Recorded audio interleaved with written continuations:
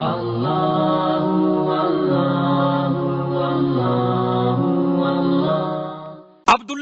جناب عبداللہ جناب زینب کے شوہر بڑے بہادر تھے، بڑے عظیم تھے، لیکن کچھ مولویوں کا بیان بھی آج کل ایسا ہی آنے لگا ہے کہ جس سے جناب عبداللہ کی شخصیت کو مجروح کر دیا جاتا ہے۔ جناب محمد حنفیہ کو ایک بیچارہ جس کی کوئی اوقات نہیں ہے، خالی نماز کا بھی ٹھیک سے پابند نہیں ہے، وہ جناب محمد حنفیہ کو گالیاں دے رہا ہے، دے رہے نہیں دے رہے؟ کوئی جناب مختار پہ انگلیاں اٹھا رہا ہے، کوئی عبداللہ کو برا کہہ رہا ہے۔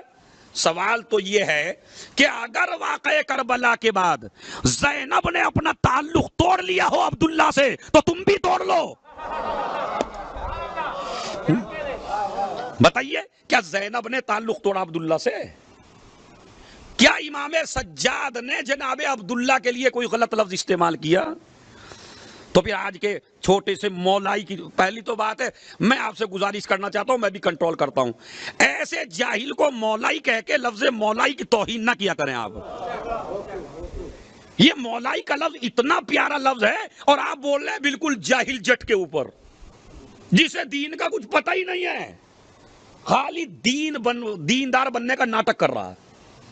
یہ سمجھ رہا ہے میں بڑا حسین والا ہوں، میں بڑا ماتم کرنے والا ہوں، میں بڑا ماتمی ہوں۔ ٹھیک ہے، تو ماتمی ہے، لیکن ماتم سمجھ کے کر، ماتم سنبھل کے کر، ماتم پہچان کے کر۔ پہلے حقیقت تو پتہ نہیں ہے کچھ، اور وہ جناب محمد حنفیہ نہیں گئے بھائی وہاں سے، اور یہ ٹھیک آدمی نہیں تھا، محمد حنفیہ ٹھیک آدمی نہیں تھا، عبداللہ ٹھیک آدمی نہیں تھا، مختار ٹھیک آدمی نہیں تھا۔ کمال کا مسئلہ ہے۔ اچھا بتائیے، جب ایسے بھی ٹھیک نہیں رہیں گے تو آپ کہاں سے ٹھیک ہو جائیں گے پھر؟ سب کمال کا مسئلہ ہے بھائی۔ نہیں مطلب جناب محمد حنفیہ ٹھیک نہیں ہے، جناب عبداللہ ٹھیک نہیں ہے۔ میں آپ کو کچھ وجوہات بیان کرنا چاہتا ہوں۔ مثلا جناب محمد حنفیہ، ان سے یہ سوال خود پوچھا گیا، کئی وجوہات، جیسے ہمارے مذہب کے بہت بڑے عالم دین ہیں شیخ مفید علیہ الرحمہ۔ یہ شیخ مفید بتاؤں کون سا مجتہد ہے؟ جس کے پاس خود امام خط لکھا کرتے تھے، امام زمانہ جس کے پاس خط لکھا کرتے تھے، اور یہ وہی شیخ مفید ہیں کہ جن کے پاس جو ہے سید مرتضیٰ اور سید رضی کی ماں خواب دیکھ کے جب اپنے بچوں کا داخلہ کرانا ہوا تو شیخ مفید نے دیکھا جیسے جناب زہرا میرے خواب میں آئی اور کہتی ہے میرے حسن و حسین کو تعلیم دو، تو کہتے ہیں میں پوری رات ہو گئی، میں نہیں سویا، بلا میں اپنے اماموں کو تعلیم کیسے دے سکتا ہوں؟ تو صبح کو دیکھا تو سید رضی اور سید مرتضیٰ کی ماں اپنے دو بچوں کو لے کے آئی، شیخ میرے بچوں کو پڑھاؤ۔ کہا ان کی تمہیں سفارش کی ضرورت نہیں ہے، ان کے داخلے تو رات ہو چکے ہیں۔ سید رضی جنہوں نے نہج البلاغہ، سید مرتضیٰ بڑے مجتہد، بڑے عالم، یہ دو بھائی جن کی زندگی میں یہ موجود ہے کہ انگوٹھی کے بارے میں یا کتاب کے بارے میں اختلاف ہو گیا تو ایک بھائی نے کہا میں لوں گا، ایک بھائی نے کہا میں لوں گا، تو ایک بھائی نے کہا اس کتاب کو وہ لے گا جس نے مکروہ کام نہ کیا ہو، تو دوسرا بھائی کہنے لگا اس کتاب کو وہ لے گا جس نے مکروہ کا ارادہ بھی نہ کیا ہو۔ ارے توجہ چاہتا ہوں، مکروہ کا ارادہ بھی نہ کیا ہو۔ اب اندازہ لگائیے جن کے غلام اتنے پاکیزہ ہو،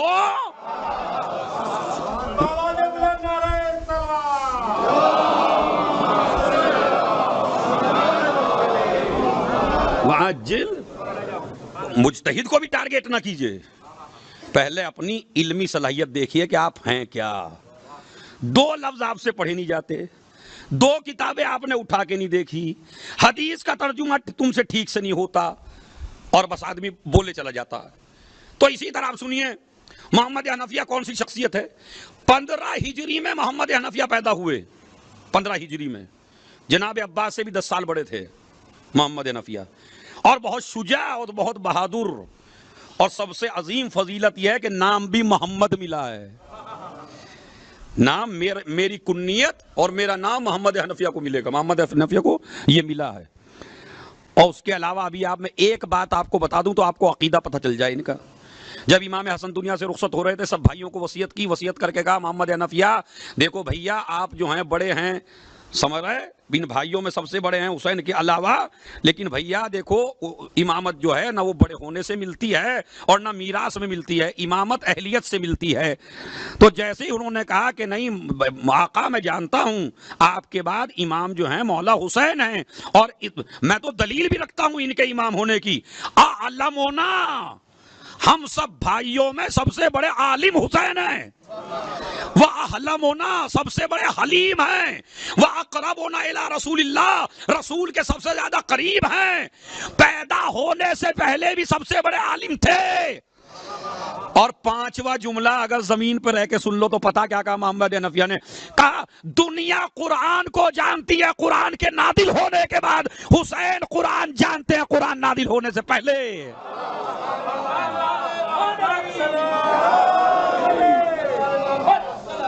تو ابھی آپ نے دیکھا، اب جس کا ایسا عقیدہ ہو محمد حنفیہ کا امام حسین علیہ السلام کے بارے میں، اور پھر ایک عقیدہ اور بیان کر کے بس میں آپ کی بات کو پھر آگے لے چلتا ہوں کیسے، تاکہ محمد حنفیہ کے چہرے سے یہ غبار صاف ہو جو آج کل ہمارے لوگ لگا رہے ہیں اور نہیں سمجھ پا رہے ہیں.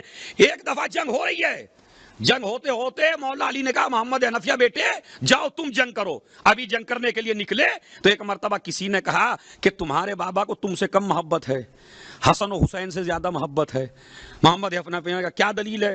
کہا اچھا دیکھیے لڑانے والے بھی کتنے خطرناک ہوتے ہیں، جو بیٹے کو باپ سے لڑا دے، یعنی ایسے بھی شیطان ہوتے ہیں. آج بھی ان شیطانوں کی کمی نہیں ہے. بھائی کو بھائی سے لڑا دیں، شوہر کو بیوی سے لڑا دیں، ہیں بیٹے کو باپ سے لڑا دیں، یہ کسی کو بھی لڑا سکتے ہیں. تو اب سنیے، انہوں نے کہا تمہارے بابا کو، کہا کیوں؟ کہا جب بھی دیکھو تمہیں کو بھیجتے ہیں میدان میں، حسن حسین کو میدان میں نہیں بھیجتے، تمہیں کو میدان میں بھیجتے ہیں. محمد حنفیہ کا علم دیکھیے. اس نے کہا اچھا مجھے ایک سوال کا جواب دو. کہا کیا؟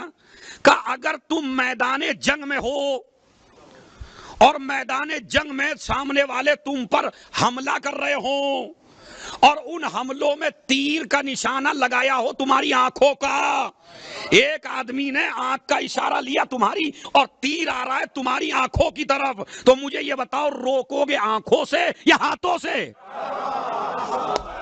ارے توجہ چاہتا ہوں ہے بھائی، یہ بتاؤ وہ جو حملہ کر رہا ہے اور حملہ کر کے تمہاری آنکھ کا نشانہ لگا رہا ہے، تو بتاؤ ان تیروں کو روکو گے کیسے؟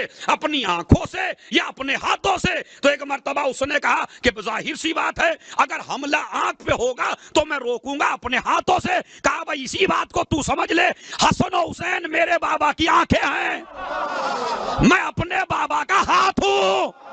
دیکھا آپ نے محمد حنفیہ؟ یہ بتائیے میں نے دو چیزیں آپ کو بتائیں خالی محمد حنفیہ کے بارے میں، جس کا عقیدہ ایسا ہو اور جو اتنا بڑا شجاع اور بہادر ہو کہ علی کے سامنے بھی جو جنگ کر چکا ہو، تو وہ امام حسین کو چھوڑ سکتا ہے ایسے؟ اب میں بتاتا ہوں وجہ کیا تھی کیوں نہیں گئے. 3 وجوہات ہیں. پہلی وجہ تو لکھی شیخ مفید اسی عالم دین نے، جس کا میں نے اتنا بڑا آپ کو حوالہ دیا، شیخ مفید علیہ الرحمہ کا. شیخ مفید علیہ الرحمہ کو خط لکھا تھا امام علیہ السلام نے کہ اگر اے شیخ مفید اگر ہم 1 منٹ کے لیے بھی تم سے اپنی نظریں اٹھا لیں تو زمانہ تم کو پیس کے رکھ دے. یہ ہم ہیں جو آپ کو باقی رکھے ہوئے ہیں. ہم یہ گمان کر رہے ہیں ہم آل محمد کا تذکرہ کر کے آل محمد کو باقی رکھے ہوئے ہیں، آپ الٹا سوچ رہے ہیں. آل محمد ہمیں باقی رکھے ہوئے ہیں، اور یقین نہیں آتا تو ذکر حسین چھوڑ کے دیکھ لیجئے. یہ تم انہیں زندہ نہیں رکھے ہو، یہ آپ کو زندہ رکھے ہوئے ہے. تو انہوں نے یہ جواب دیا کہ اصل میں وجہ یہ تھی، بعض علماء نے جیسا علامہ علی نے لکھا کہ مریض تھے، راشا پیدا ہو گیا تھا بدن میں. تیسرے عالم نے لکھا آنکھیں کچھ کمزور ہو گئی تھیں اور جہاد میں ایسا آدمی چاہیے جس کی آنکھیں تیز ہوں، اس لیے محمد حنفیہ کو نہیں لے گئے. 2 وجوہات، راشا ہو گیا 1، آنکھوں کی بینائی تھوڑی کم ہو گئی تھی 2. جناب عبداللہ کی سیم پوزیشن یہی ہے، وہ بھی نہیں گئے، مگر جناب زینب سے انہوں نے چلتے ہوئے کہا یہ 2 بچے لے جاؤ. تو جس کے نائب کی شکل میں اونو محمد ہوں اس پہ بھی آپ کیوں بول رہے ہیں بھائی ممبروں سے؟ چلیے تیسری وجہ جو بڑی عجیب بیان کی شیخ مفید علیہ الرحمہ نے، انہوں نے یہ کہا کہ خود امام نے فرمایا کہ تم کو یہاں رہنا ہے، اے محمد حنفیہ تم کو یہاں رہنا ہے. کیوں؟ اب میں وہ عبارت پڑھتا ہوں، علامہ مجلسی نے لکھی، اور لکھی کس نے؟ شیخ مفید نے۔ اما انتا یا اخی فلا، سب جائیں گے مگر میرے بھائی تو نہیں۔ کیوں؟ علیک ان تقیم بالمدینہ، تیرے اوپر واجب ہے مدینے میں رہنا، فتکون لی عینا لہم، تم ان کے اوپر میری طرف سے رہنما بن کے رہو۔ عین کہتے ہیں جاسوس کو، دلیل کو، یعنی میرے جاسوس بن کے، میری دلیل بن کے، میری طرف سے ہادی بن کے تم یہاں پہ رہو۔ ولا تخفی انی شیئا من امورہم، اور ان کے امور میں سے کوئی چیز مجھ سے نہ چھپانا، جیسے جیسے مدینے کے حالات ہوتے رہیں ویسے ویسے تم مجھے بتاتے رہنا۔ تو چونکہ آپ دلیل سنیے، رسول اللہ کا دستور تھا کہ وہ بھی مدینے کو خالی نہیں چھوڑتے تھے جب تک اپنا جانشین معین نہ کر دے۔ رسول نے فرمایا حسین مجھ سے ہے، میں حسین سے ہوں۔ حسین نے کہا جس طرح میرے نانا نے مدینے کو اکیلا نہ چھوڑا، ورنہ مدینے والے کہتے ہم ہدایت کس سے لیتے، ہم دین کس سے لیتے، ہم شریعت کس سے لیتے، ہم اسلام کس سے لیتے، تمہارا نوازہ تو چھوڑ کے چلا گیا تھا، ہم نمازوں کے مسائل کس سے پوچھتے۔ چونکہ یہ محمد حنفیہ ایک فقیہ اور بہت بڑے عالم تھے، تاکہ حسین کی جانشینی کریں، مدینے کے مسائل کو حل کریں۔ تو محمد حنفیہ کو اس لیے روکا گیا وہاں تاکہ یہ میرا جانشین رہے اور مجھے حالات کی۔ اگر محمد حنفیہ سے ناراضگی ہوتی تو پانچواں ثبوت آپ کو میں دیتا ہوں۔ پانچواں ثبوت یہ ہے محمد حنفیہ سے راضی ہونے کا حسین ابن علی کے، کہ جو وصیت نامہ حسین ابن علی نے تیار کیا، یعنی جو مدینے سے نکلنے سے پہلے وصیت نامہ بتایا، اور یہ بتایا مجمع کو میں کیوں جا رہا ہوں، تو وہ باقاعدہ لکھ کے قلم دعوات سے باقاعدہ لکھ کے مہر لگا کے وہ محمد حنفیہ کے حوالے کیا۔ اس سے بڑا ثبوت ہو سکتا ہے؟ یہ جو حدیث، وہ حدیث سن لیجئے، انی لم اخرج عاشرا ولا بطرا ولا مفسدا ولا ظالما انما خرجت لطلب الاصلاح فی امت جدی رسول اللہ صلی اللہ علیہ وآلہ وسلم اريد ان امر بالمعروف وانهى عن المنکر واسیر بسیرت جدی وابی الا وان الحق لا یعمل علیہ وان الباطل لا یتناہى عنہ۔ یہ وصیت ہے حسین کی۔